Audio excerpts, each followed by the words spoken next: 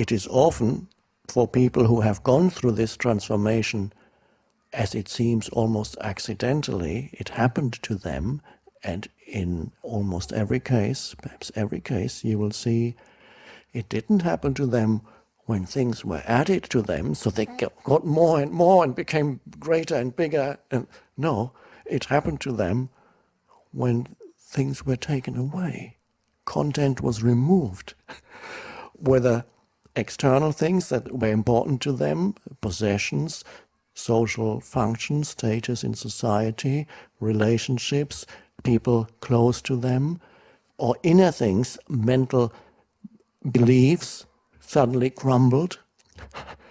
In other words, whether content, whether physical content, external content, or mental content was taken away from them. And then those people who accidentally, so to speak, went through this transformation of consciousness, suddenly something happened. And now, later when they speak about it, that is often colored by the language that they use, which is according to whatever culture they live in. Whether they say Buddha nature suddenly emerged, I knew myself as my essence as Buddha, whether they say Christ consciousness, I knew my essence as Christ, whether they say I knew myself as pure consciousness, whatever words, or they might not even have any words to say anything about it. But something happened that the Buddha calls the end of suffering, not because something was added. There was not an enhanced sense of self, there was a diminished sense of self through loss, through suffering. And then it happened. So that is the case when it happens to humans accidentally. So suffering, although suffering, and this is a beautiful paradox, a large part of human suffering is inflicted by the madness.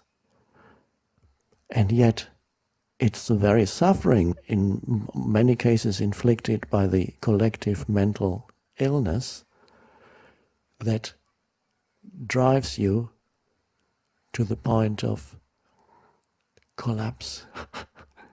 When suffering reaches a state of acuteness or intensity. And often it happens through great loss. So every disaster, whether on a personal level or on a collective level, it looks dreadful, and from that point of view it is dreadful. Every disaster is also an opening into something far deeper. It's an opening, as if something was suddenly opening up, and there's a dimension that before was covered up by the forms. Often disaster means the forms dissolve. It can happen when something collapses. It is a very obvious thing, a form dissolves, but it can happen inside a person's head. When thought forms dissolve, identification with the mental images of me dissolve, firmly held beliefs dissolve, and you no longer know on the level of mind who you are. Suddenly all explanations don't make sense anymore. And so there's great loss, and yet that loss, one could almost say it's as if a hole were appearing in the fabric of existence suddenly. And of course the fabric of physical existence is very fragile. The hole could appear at any moment in everybody's life. And suddenly there's this, it's painful, but that is the hole where something, I rarely use the word God, because it's been misused so much. One could say God shines through whenever a form dissolves, whenever that hole appears in the fabric of your existence, and sooner or later the hole will appear in everybody's fabric, no matter how comfortably their life is arranged right now.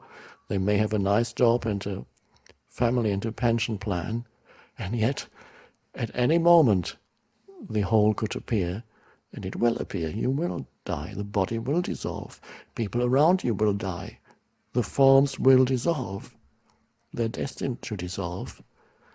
So this can be the source of great suffering, but potentially it's a great opening. So the beautiful paradox is that the very madness is also inseparable from liberation from the madness, because it's the suffering that's caused by the madness that takes you to that point of liberation. When you encounter the effects of the madness, whether on a collective or personal level, encounter them in an acute form.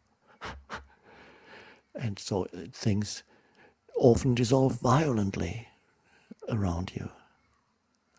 And so here we have that lesson: when loss appears in your life, not to resist it. And loss will appear. It must appear. When something gets taken away, something is removed from you, not to resist that movement. So with that acceptance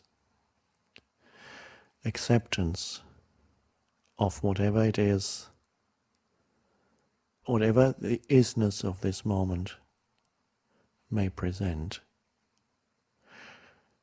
not to resist it. It is.